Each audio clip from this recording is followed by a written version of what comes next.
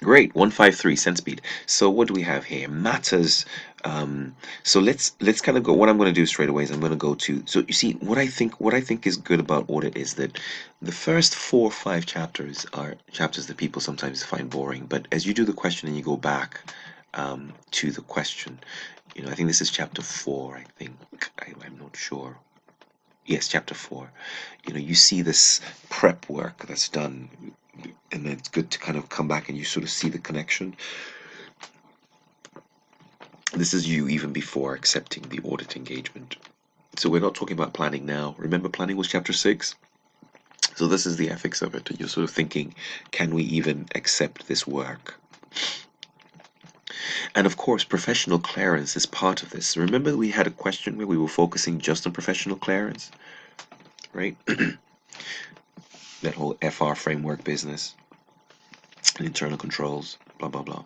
And internal professional clearance exists within this sort of framework of issues to consider prior to accepting an engagement. So we have all this here. These are all the things you could have talked about in that very first question, which was worth, I don't know how many marks it was worth, but we can talk about that when we get there. And I think you do some good justice here. So let's go to your answer very quickly and see what you have done. So it says here that ask for permission. Yes, okay, yes, that's good. You have the skills, very good. Outstanding fees. I think it's a new client. Oh, yes, yes, yes. With the existing auditors, if there's any outstanding fees, remember this is a new client. You're just about to accept the audit, unless you meant the outgoing auditors. Reputation of the client. And agree to access. So very good. So what you want to do is you want to be a bit more going back to what we were talking about. One or two of your answers are on that. This professional. What do you want to talk about? Professional clearance, reputation. You talk about that. Professional competence. Agree fees.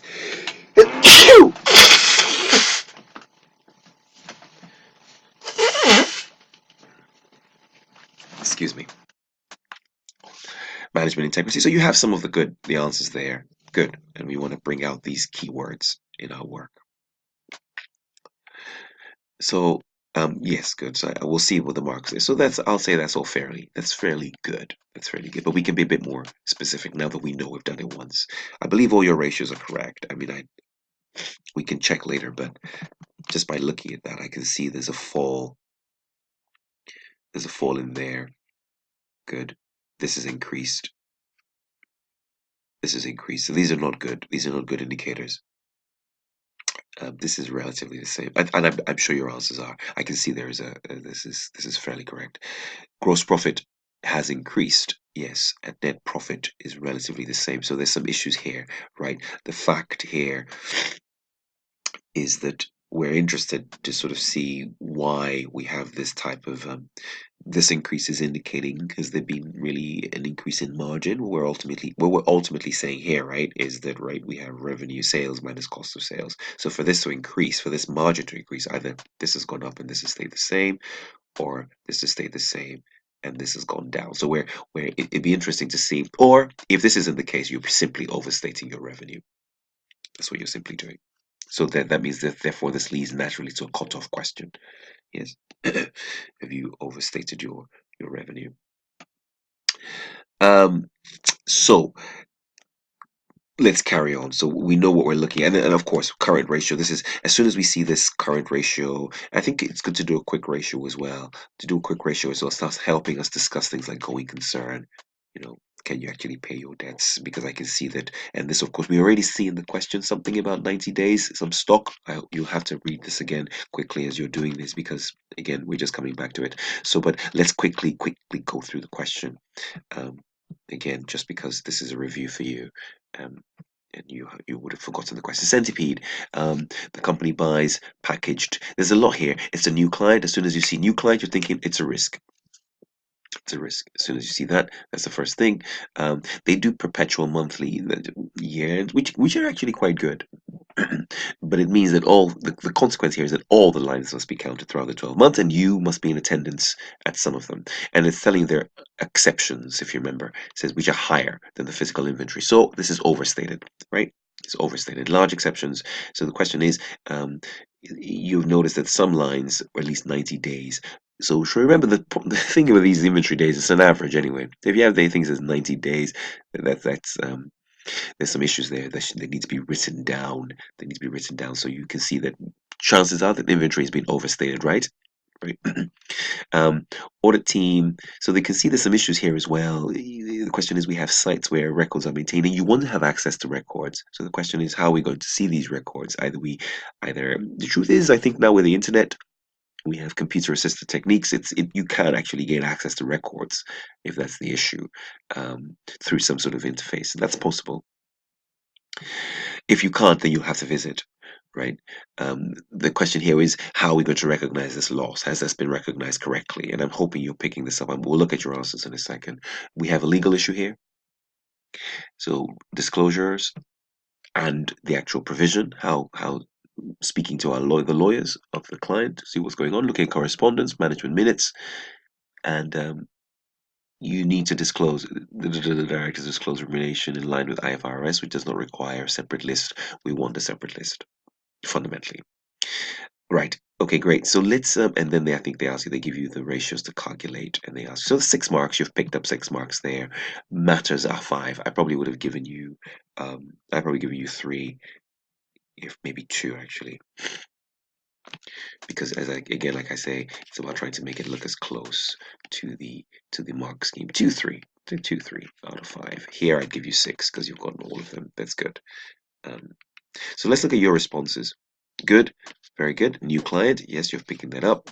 And you can also put in SEC, Securities Exchange Commission. We want to make sure that they're not only are they in line with the IFRS, but they're also making sure that they're sticking to the rules of the Securities Exchange Commission because they are a listed company. um, they don't. Yes, good. That's right. Excuse me. Yes, this is good. Very good. Um, Yes, yes, good. Yeah, well, yes, but we're really looking at valuation here. So it's really NRV business, right? To understand, that's what you're really looking at. Yeah, when you say incorrect, good. Oh, yes, you do. So the question is, you want to be able to test it to see for yourself what's going on here. And we'll look at the answers in a second. Recurring sample, ensure the correct treatment. Very good. Maybe you talk about it. Sorry, forgive me. Maybe I've rushed. To improve accuracy. So we want to highlight this question of, I'm going to do some testing, some scrap value testing, and see what happens when it's sold post year end or something like that. So the question is, I mean, that's what NRV is ultimately, isn't it? Comparing cost with sale. You just want to tell the examiner what it is you're going to do. So apart from just discuss, so 4 sites, visit, very good, or I don't know, use some IT to actually go through it. Good. Um, um, legal action, likelihood, very good, and good, very good. Or disclosures, if it's going to be a disclosure, very good. Good inventory days. And the truth is, because we know there's a 90-day issue already, we're concerned. So the thing is, you need to use more of the ratios to discuss. The ratios already tell us we have the ratios, very good. And then there's the you saw me already deal with the gross profit matter.